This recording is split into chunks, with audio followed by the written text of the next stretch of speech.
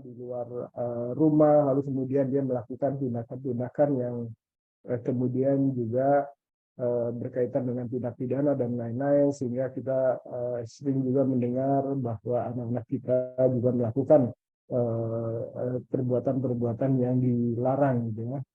Di sisi lain juga misalnya ada anak kita yang di rumah, tapi kemudian ternyata di dalam kamar dia dijadikan sasaran oleh para penjahat dengan menembus gadget yang anak-anak kita pegang, gitu ya.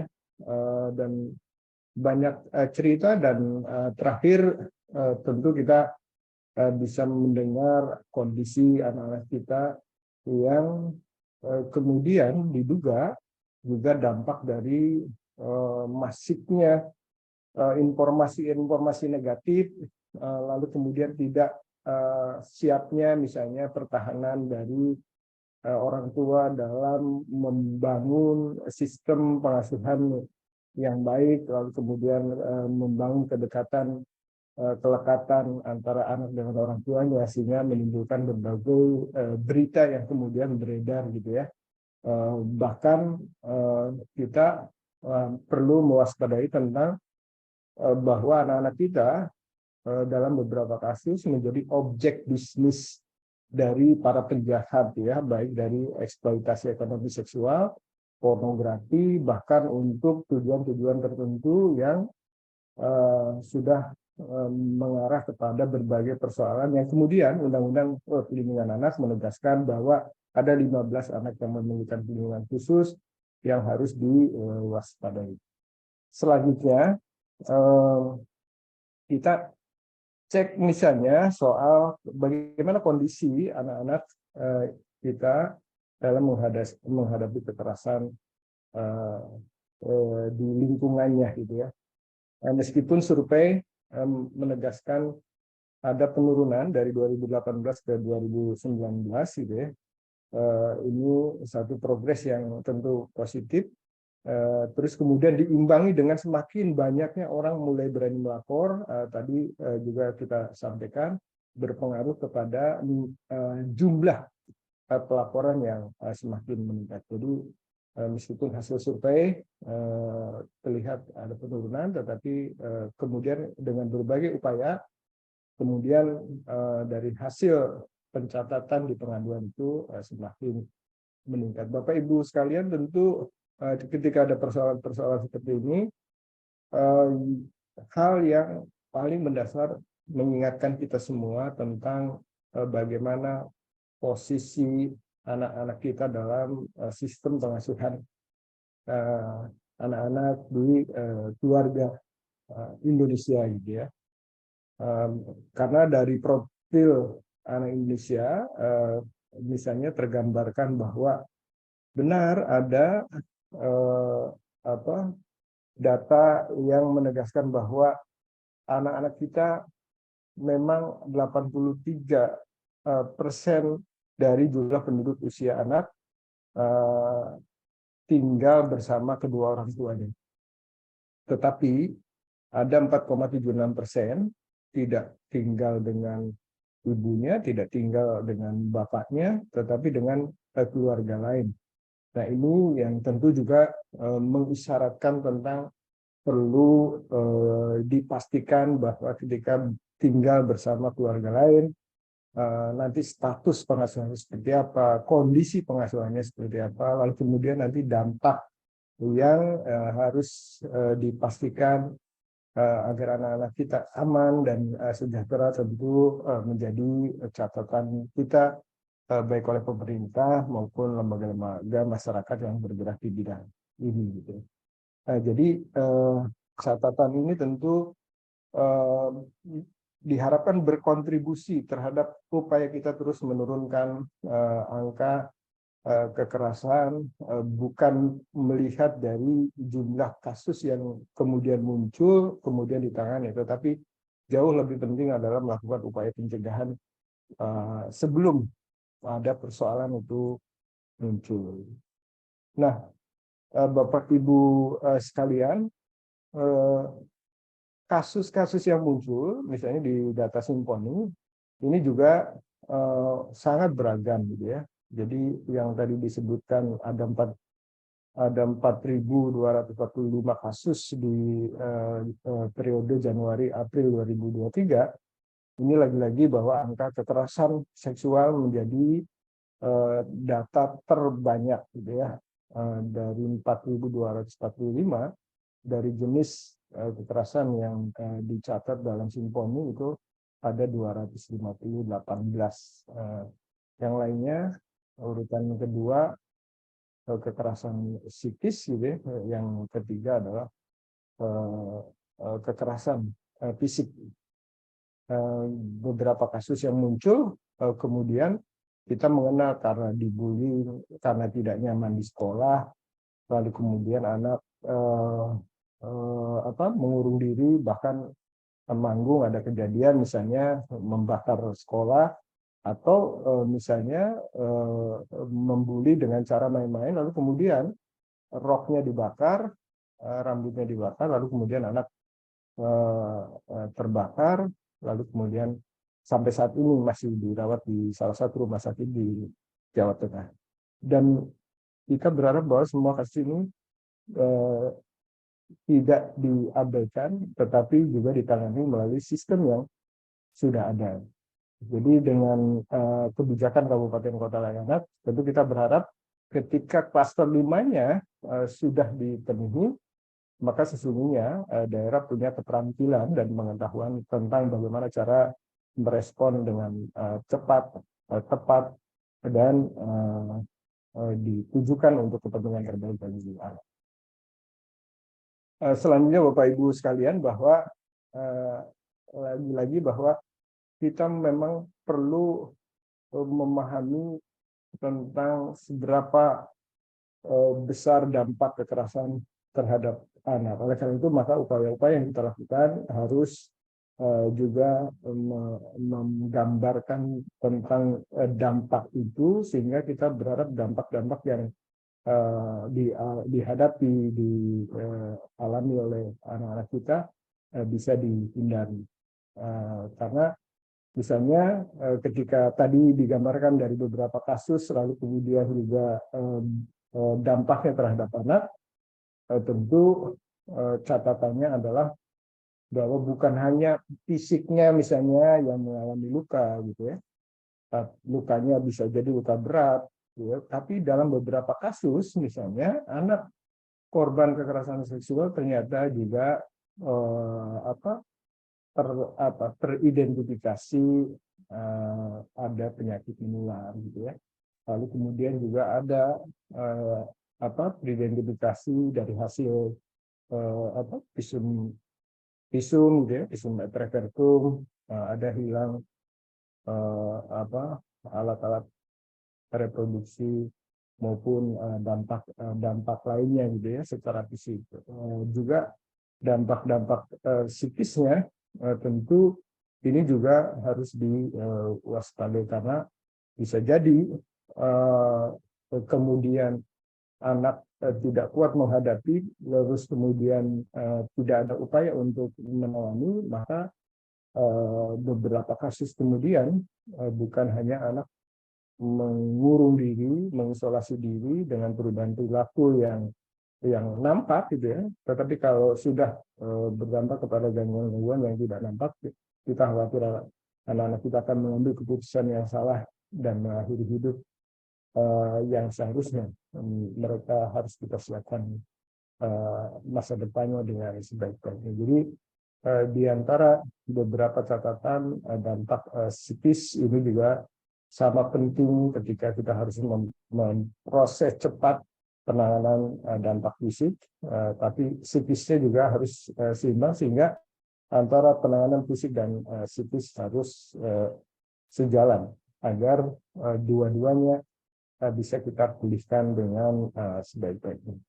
Dan tentu bukan hanya fisik dan psikis, kita lihat juga dampak secara sosial. Ini tentu juga penting untuk dilakukan upaya-upaya agar tadi anak kemudian tidak mau sekolah hanya karena misalnya dia enggan untuk ke sekolah, dia lebih baik di rumah, lalu kemudian nggak mau sekolah dan bersosialisasi. Ini juga perlu perlu diwaspadai.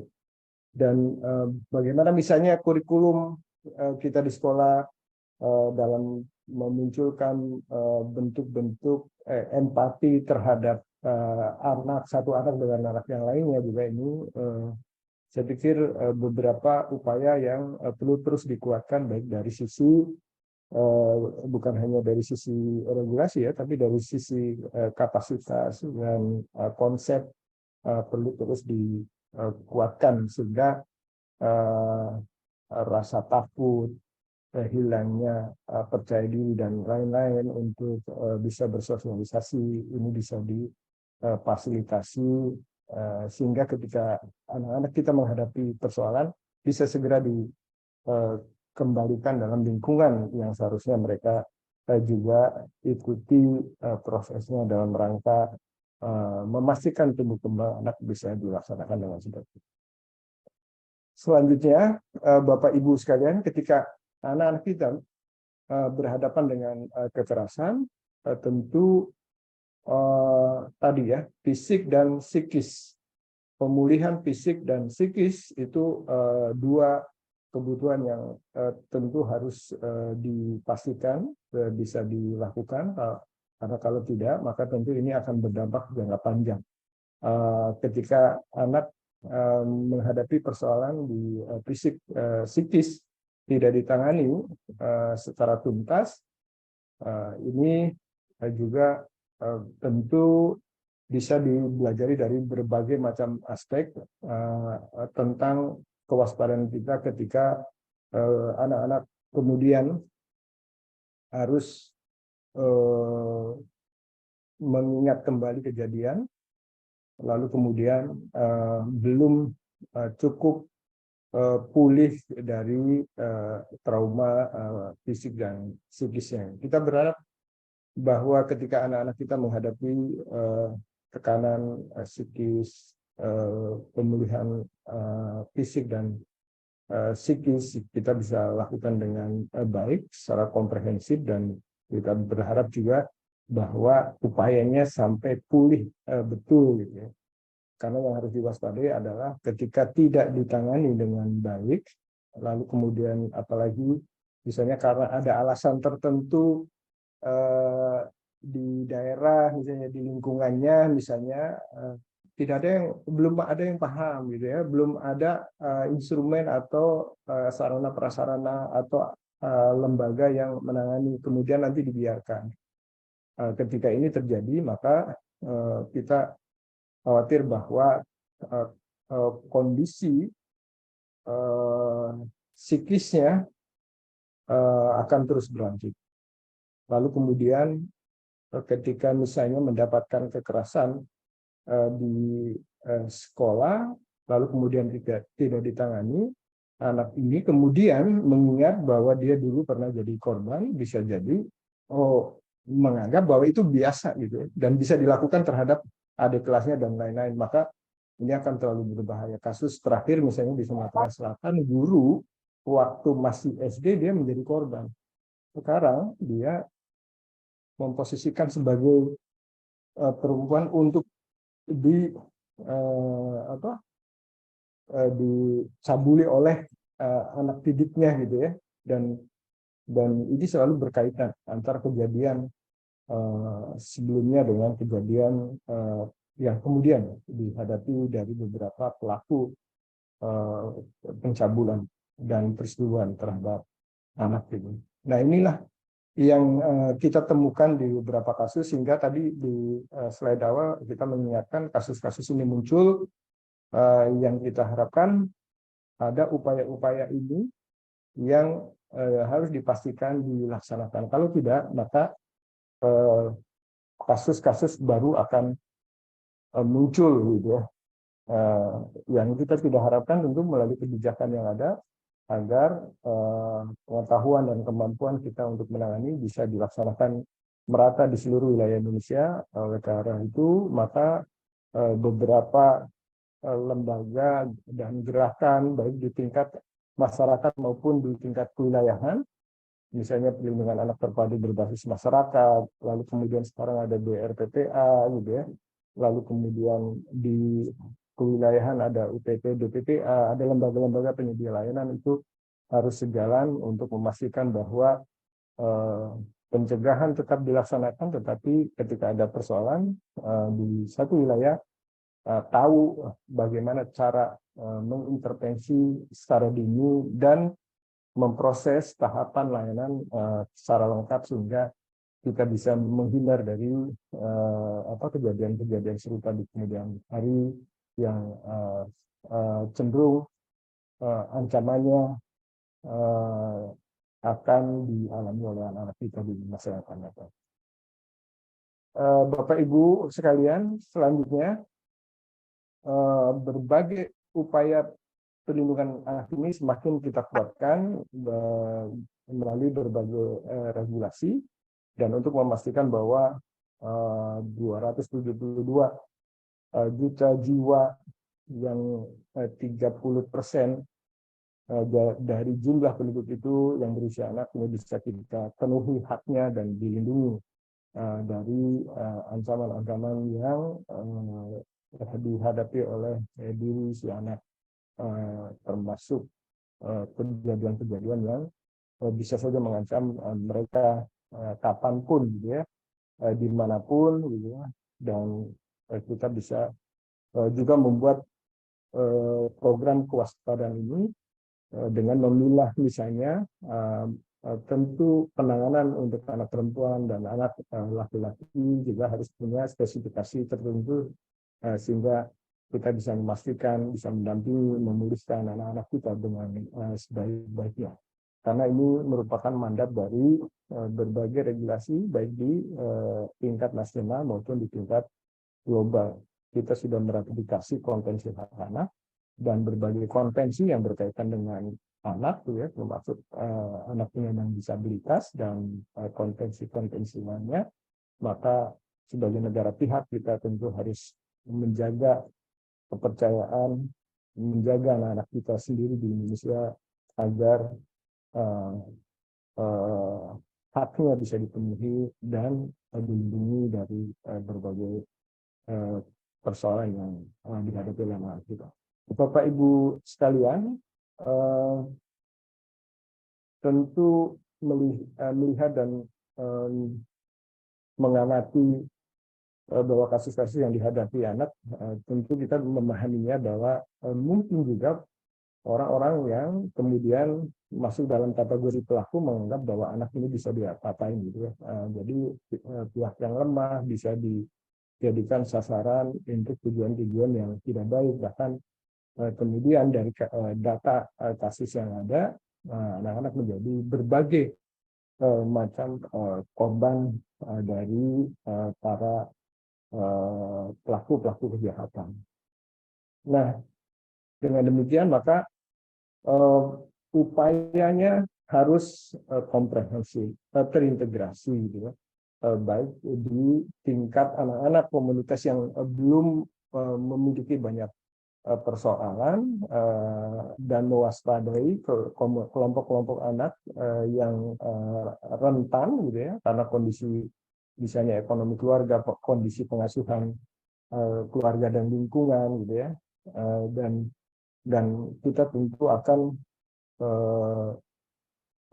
punya perhatian penuh ketika anak-anak yang sebagian harus masuk dalam kategori anak yang memerlukan perlindungan khusus gitu ya. Dan ini menjadi komitmen kita bersama, dan kita bisa memastikan upaya-upaya kita apakah sudah dilaksanakan atau tidak. Hampir setiap tahun kita mengevaluasi kabupaten kota layak anak, dan klaster kelima menjadi catatan kita, apakah di wilayah kita sudah ada instrumen untuk melindungi anak, atau seberapa efektif itu bisa dilaksanakan.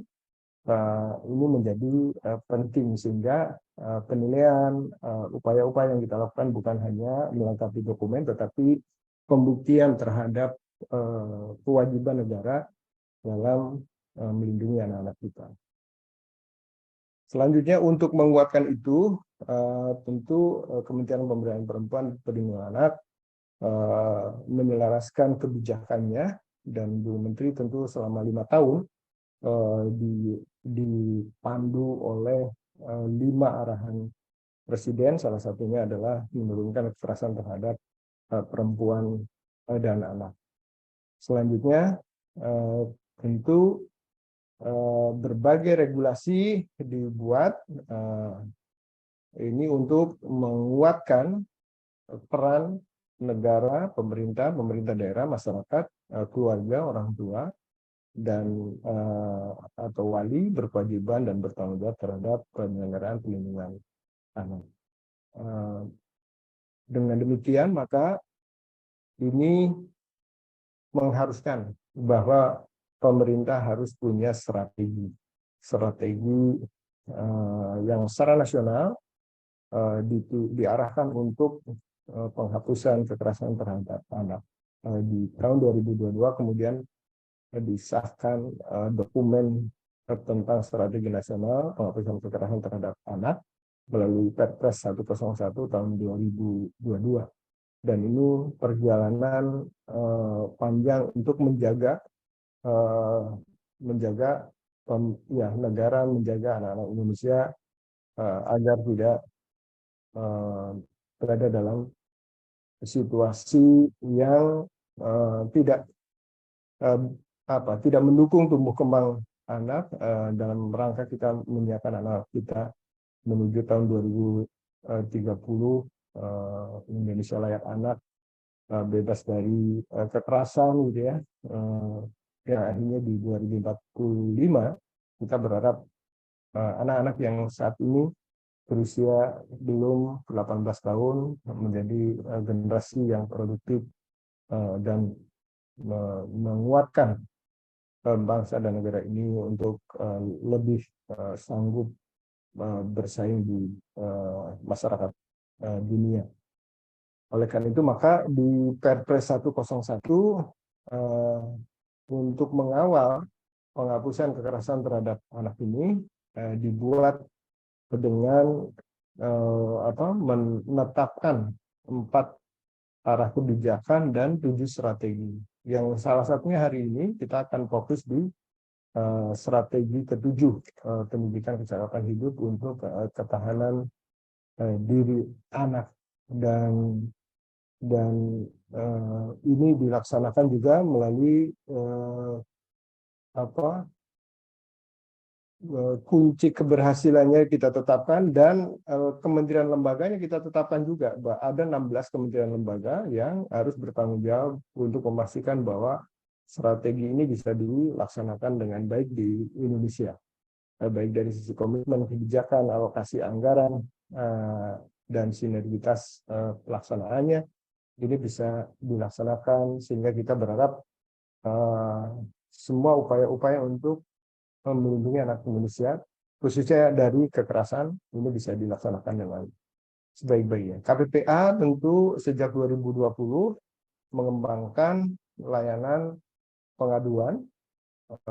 Kalau sebelumnya misalnya kami misalnya ada telepon sahabat anak, kemudian oleh Ibu Menteri dikembangkan menjadi bukan hanya sebagai ruang partisipatif anak, tetapi juga sebagai saluran untuk melaporkan ketika anak mengalami atau menyaksikan situasi-situasi yang mengarah kepada pelanggaran hak anak dan kasus-kasus yang menjadikan anak menjadi korban gitu. Dengan demikian maka layanan pengaduan ini menjadi pintu masuk, termasuk terkoneksi dengan unit-unit pelaksana teknis daerah perlindungan perempuan dan anak di daerah. Tahun ini juga dalam perjalanannya dari tahun 2020-2023 ini, maka kita sedang membangun sebuah integrasi jaringan layanan baik pusat maupun di daerah melalui penguatan layanan Sapa 129, di samping menunggu penguatan melalui kebijakan nanti yang akan keluar dalam bentuk peraturan presiden, munculnya peraturan tentang penyelenggaraan pelayanan terpadu di pusat dan tentang unit pelaksana teknis daerah perlindungan perempuan dan anak melalui Perpres turunan dari Undang-Undang 12 tahun 2022 tentang tindak pidana kekerasan. Dan kita berharap ini akan terkait antara satu regulasi dengan regulasi yang lain, yang tujuannya adalah untuk memastikan bahwa anak-anak Indonesia bisa dicegah dari praktek-praktek kekerasan, dan anak Indonesia memiliki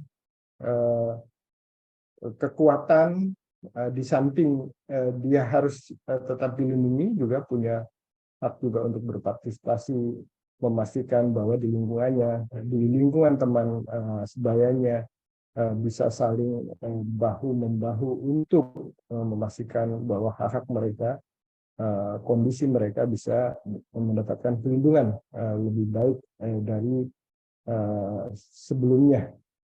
Dan melalui kebijakan ini, kami tentu berharap bukan hanya pemerintah saja yang harus melaksanakan, tetapi peran masyarakat ini menjadi penting. Oleh karena itu, Stranas 101, Perpres 101 2022 juga menitik beratkan tentang pentingnya peran masyarakat, lembaga-lembaga yang bergerak di bidang perlindungan anak untuk ikut berkontribusi baik dari tahap pencegahan, penanganan, maupun penguatan dari kelembagaan itu sendiri melalui berbagai pertemuan dan pelatihan yang diselenggarakan oleh masing-masing lembaga. Kita berharap dengan upaya bersama ini, dengan upaya kita untuk melindungi anak Indonesia, kita bisa menyiapkan generasi kita menuju Indonesia layak anak dan menuju Indonesia emas 2045.